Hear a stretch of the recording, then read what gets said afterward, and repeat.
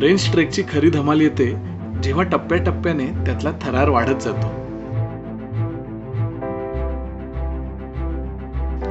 आजचा ट्रेकही तसाच भव्य, दिव्य आणि थरारक. आज आपण चाललोय हर्षगड अर्थात हरिहरगडावर.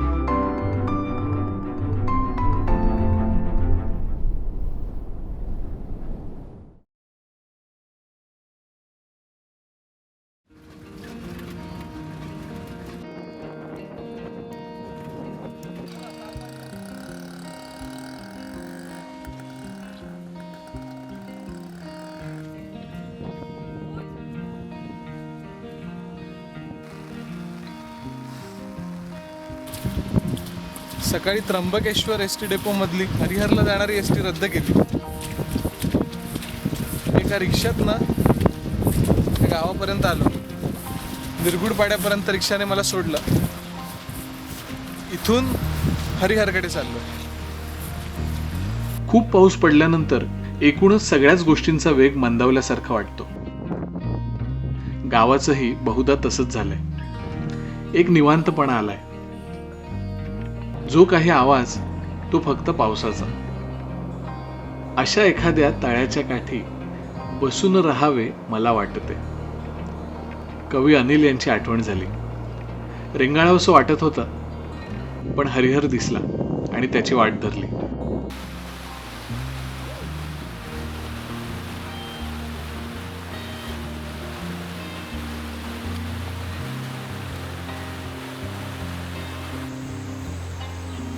हा ट्रेक खरं तर थंडीत किंवा उन्हाळ्यात उत्तम, पण मला पावसाळ्यातलं हरिहरचं रूप बघायचं होतं. आणि या ऋतूत भर पावसात किल्ला चढण्याचं थ्रिल अनुभवायचं होतं.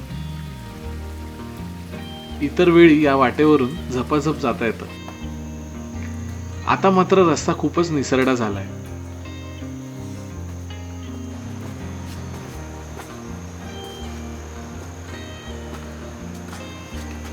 दमायला झालंय खूप. खडा चढायचं आणि वाट पण निसरडी.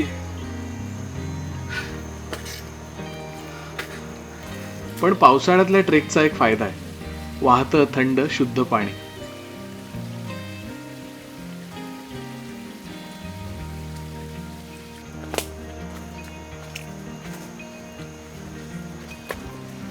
धुक्याची साथ इथेही होतीच.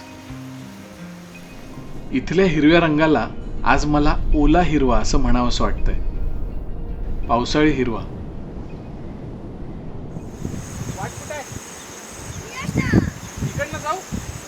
सकाळी निरगुडपाड्यापासून सुरुवात केली होती. पाऊस आणि धुकं खूप आहे. अर्धा किल्ला चढून झालेला आहे. आता उरलेला चढायचा आहे.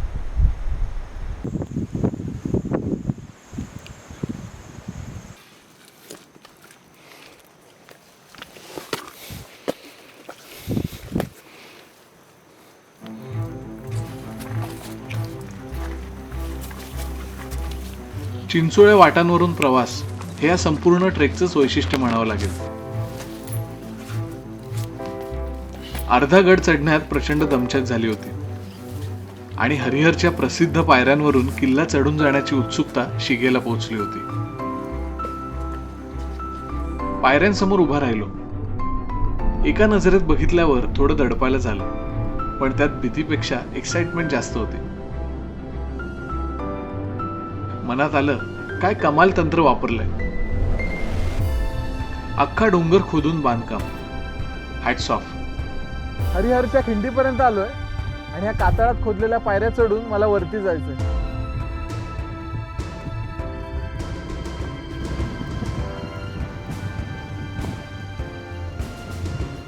हरिहरच्या वाटेवरती आहे. पावसाळा खूप आहे त्यामुळे निसरडी वाट आहे, पण इथे पकडण्यासाठी खोबण्या केलेल्या आहेत. खोबण्यामध्ये खूप चांगली ग्रीप मिळते आणि वर चढायला खूप सोयीस्कर ठरतं. एकदा का खोबण्या पकडून चढायचं टेक्निक कळलं की खूप अवघड वाटत नाही. पण पाऊस, वारा, धुकं आणि 200 फुटांच्या या उभ्या चढाच्या पायऱ्या, हे समीकरण खरंच थरारक आहे. आणि थोड्या नाही तर 100हून जास्त. कातळात खोदलेल्या पायऱ्या चढून हरिहरच्या दरवाजापर्यंत आलोय.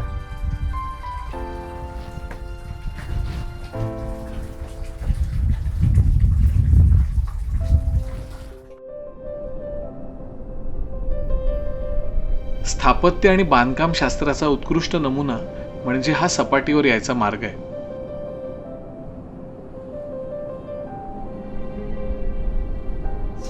संपूर्ण रस्ता डोंगरात तासून काढलेला आहे आणि पायऱ्या बनवलेल्या आहेत.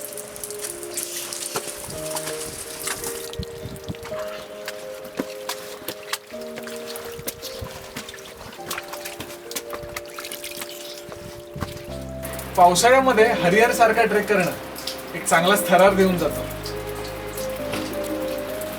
एकंदर सगळा गड बघितला तर निसर्गतः तो कमालीचा अवघड आहे, पण या वैशिष्ट्यपूर्ण बांधणीमुळे तो चढताना तितकासा कठीण वाटत नाही.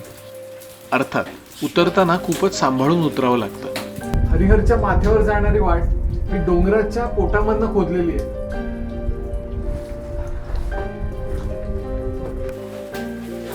यादवांच्या काळात गोंड घाटातल्या व्यापारावर लक्ष ठेवण्यासाठी हा किल्ला बांधला. त्यामुळे बांधणीची पद्धत त्याच काळातली आहे. डोंगर खोदून रस्ते आणि पायऱ्या. यादवांनंतर तो निजामशाहीत आला. शहाजीराजांनी तो जिंकून घेतला होता. मग मुघलांचं वर्चस्व होतं. नंतर मोरोपंत पिंगळ्यांनी हाही गड मराठेशाहीत आणला आणि अखेर तो इंग्रजांकडे गेला.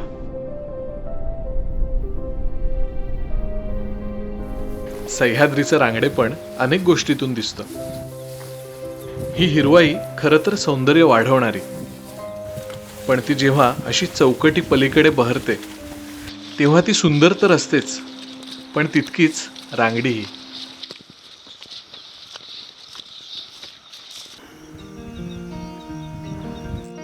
गडावर पाण्याची टाकी आहेत. वेताळ, मारुती यांची मंदिर आहेत.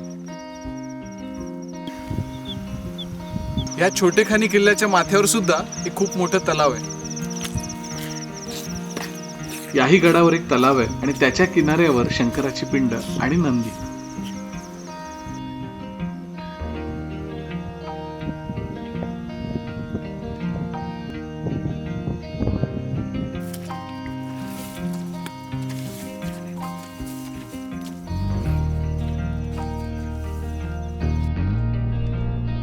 त्याचबरोबर या गडावर एक दगडी कोठार सुद्धा आहे आणि ते बऱ्यापैकी सुस्थितीत आहे.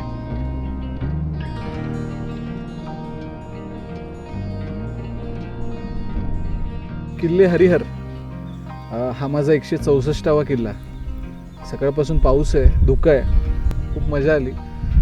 रिस्की होतं आणि शूटिंग बरोबरच माझ्यासाठी काहीतरी नवीन होतं. 5-7 वर्षापूर्वी जी ट्रेकिंगला सुरुवात केलेली, तर आज 164पर्यंत आकडा गेला. तसं म्हटलं तर अजून महाराष्ट्र खूप फिरायचं आहे. पावसाळा असल्याने धुक्यामुळे गडाची भव्यता नीट शूट करता आले नाही. ही रुखरुख मनाला लागली होती, त्यामुळे पुन्हा यावं लागलं वेगळ्या ऋतूत ड्रोन कॅमेरा घेऊन. हाच किल्ला उन्हाळ्यात कसा दिसतो पाहूया.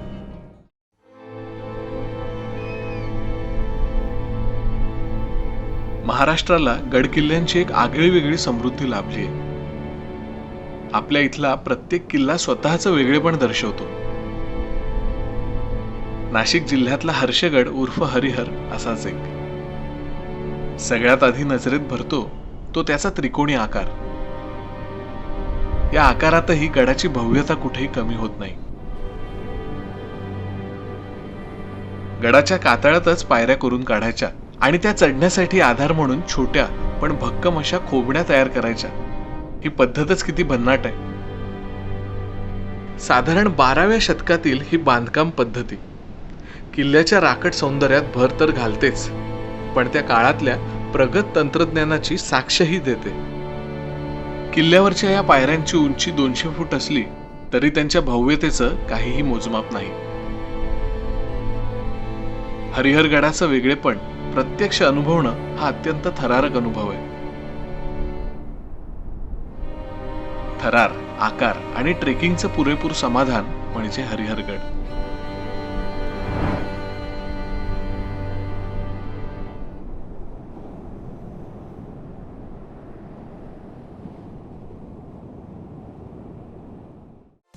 कॅमेरा घेऊन ठेवलाय, पण त्याचा हवा तसा वापर करता येत नाहीये, किंवा कोणता कॅमेरा घ्यावा हेही समजत नाहीये का?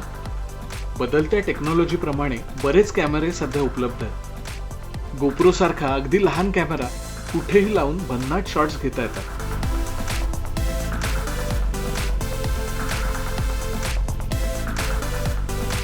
पाण्याखालचं शूटिंग, कॅमेरा सायकलला माउंट करून, सेल्फी स्टिकला अडकवून किंवा एखादा स्लो मोशन शॉट, अशा अनेक गोष्टी आपण एक्सप्लोअर करू शकतो. ट्रॅव्हल फोटोग्राफीमध्ये DSLR कॅमेरा आणि गोप्रोचा बेस्ट यूज कसा करता येईल याबद्दल मी सांगणार आहे. Composition, camera settings, studio lighting अगदी सोप्या पद्धतीने समजून घेऊया. नमस्कार, मी स्वप्नील पवार. गेली 12 वर्ष फोटोग्राफी शिकवतोय आणि आता माझे सगळे कोर्स मराठीतून डिजिटल स्वरूपात ऑनलाईन सुरू करतोय. नक्की सहभागी व्हा.